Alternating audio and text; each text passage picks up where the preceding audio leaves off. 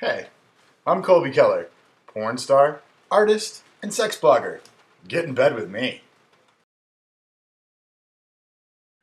Hey there, Manhunters. It's me, Colby Keller, your resident sexpert, and my guest.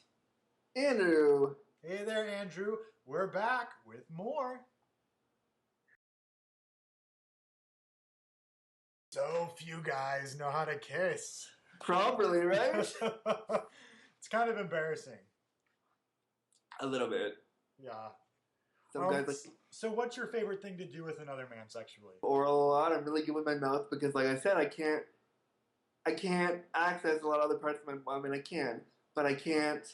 Again, get into all the positions that the average gay man can get into. The average able-bodied gay man can do. So for me, I like to, explore all the erogenous zones, their body with my mouth and stuff. So that's fun for me. I like ripping out a guy with a nice ass. I like eating a good ass out that's clean and nice. Um, let me see what else I like. I mean, I like to try everything as long as the partner that I'm with is open to it and is aware of some of my limitations and is aware that it isn't going to be your cookie cutter sexual experience. Then I'm open to everything. Yeah. Well, that kind of answers my next question. I mean, what is it that a disabled man can offer sexually that an able-bodied man, might not be able to do? Is Well, I mean, I think that I offer the same as anybody man, but I also offer a different experience. right. I'm asking the other person that I'm with to kind of open their mind a bit Um, and realize that if you're gonna mess around with me, it isn't gonna be necessarily top bottom sex. right. It's gonna be we're gonna figure it out, and as long as we get off together, no matter what we do, it's gonna be okay. I mean, I'm asking the person to really open their mind a bit. So it opens up a whole new erotic potential Yeah, in a way. there's a whole new erotic zone that a lot of people I don't think are aware of, but because I think my limitation lends itself as a advantage, really, because I can teach a guy things about their body that they weren't even aware they knew how to do, because I've had to learn how to, like masturbation, for instance. I can't do it the same way that an able-bodied person can do. I can't do the pumping motion, so I've learned to use my thumb, and that stimulates, the head, and that's an erogenous zone. So I taught somebody that once when we were hooking up, and he goes, "Wow, I think I'm gonna do that from now on." So it was really interesting because it taught him something new, and he was happy with it. So yeah, So what's your technique? You kind of use your you thumb take the to, thumb and you just rub it down the shaft, and then like up you and know, down? yeah, Wow. you do that long enough, and eventually you'll come. Yeah, awesome. I've never tried that before. I think I've got some homework tonight. Learn something new every day, right? Exactly. Is there any like specific uh, porn that caters to men with disabilities? I've seen it, but again, it's not mainstream porn. It's niche pornography. Uh huh. So the guy will be, I haven't seen it in gay porn. I've seen like No. straight.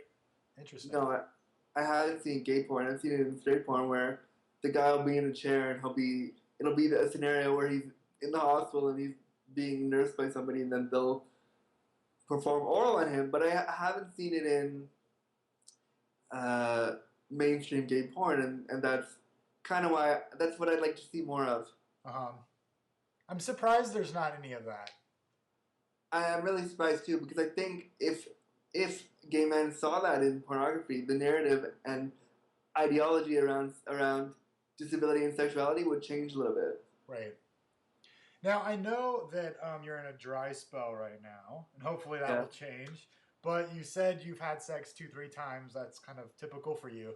Do you have any advice for other disabled men on ways to kind of, either to use their sexual profiles to find other guys to have sex with, or do you have any advice? Um, I think you really have to be upfront about your disability. Mm-hmm. When I was younger, one time I hooked up with a guy and I didn't mention that I was in a chair. I didn't say anything about it because I wanted to just see what their reaction would be. The guy came over and he goes, "Oh, you're in a chair. I'm gonna go," and he left. So I'm very upfront, so that way when you read my profile, you like if my username doesn't tip you off Yeah. already, then my profile says very clearly I'm in a chair. Everything works. I'm fully functional down there. So come over and find out. I mean, people that have said to me before, like, "Oh, I don't know if I could have sex with somebody in a wheelchair because for whatever reason." I always say back to them, "Well, come over and try. Right. Like, you won't know until you try." Is there anything else you want manhunters to know about you or men with disabilities? Every disability is different, so what I've talked about today isn't true for everyone. True. And I think if you're gonna hook up with somebody with a disability, you have a right to ask questions. Mm-hmm. So if you have questions, just ask them, because generally, if I'm gonna sleep with you, I want to know what you're worried about, right, and what you're apprehensive about, so that it's fun for me too. So that the whole time I'm not navigating my disability while I'm trying to get laid. Right. So I think you as the person hooking up with somebody with a disability has the right to ask questions, and it's okay, but just be tactful about how you ask the question. Right.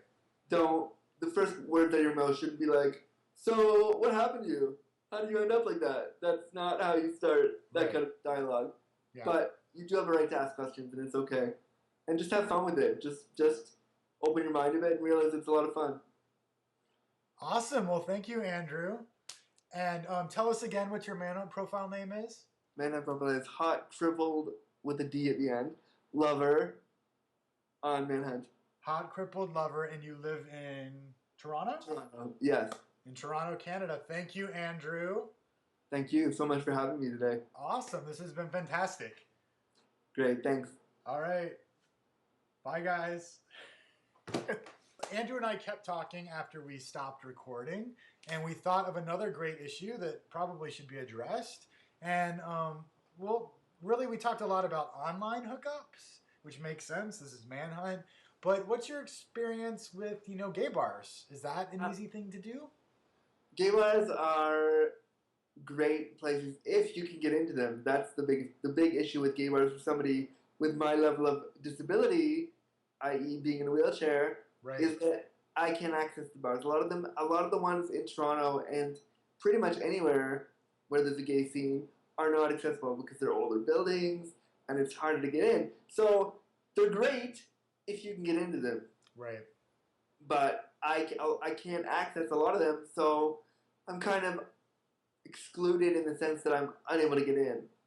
Right, because we tried to actually meet when I was in Toronto, but you couldn't get into the venue.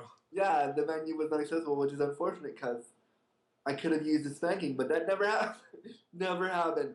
But I mean, in terms of accessibility, gay bars are a big concern for me, and I think if a lot more of them were accessible, the visibility of gay men with disabilities would change.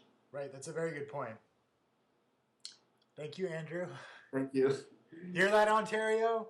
More ramps. Seriously, right? Seriously. All right, bye, boys.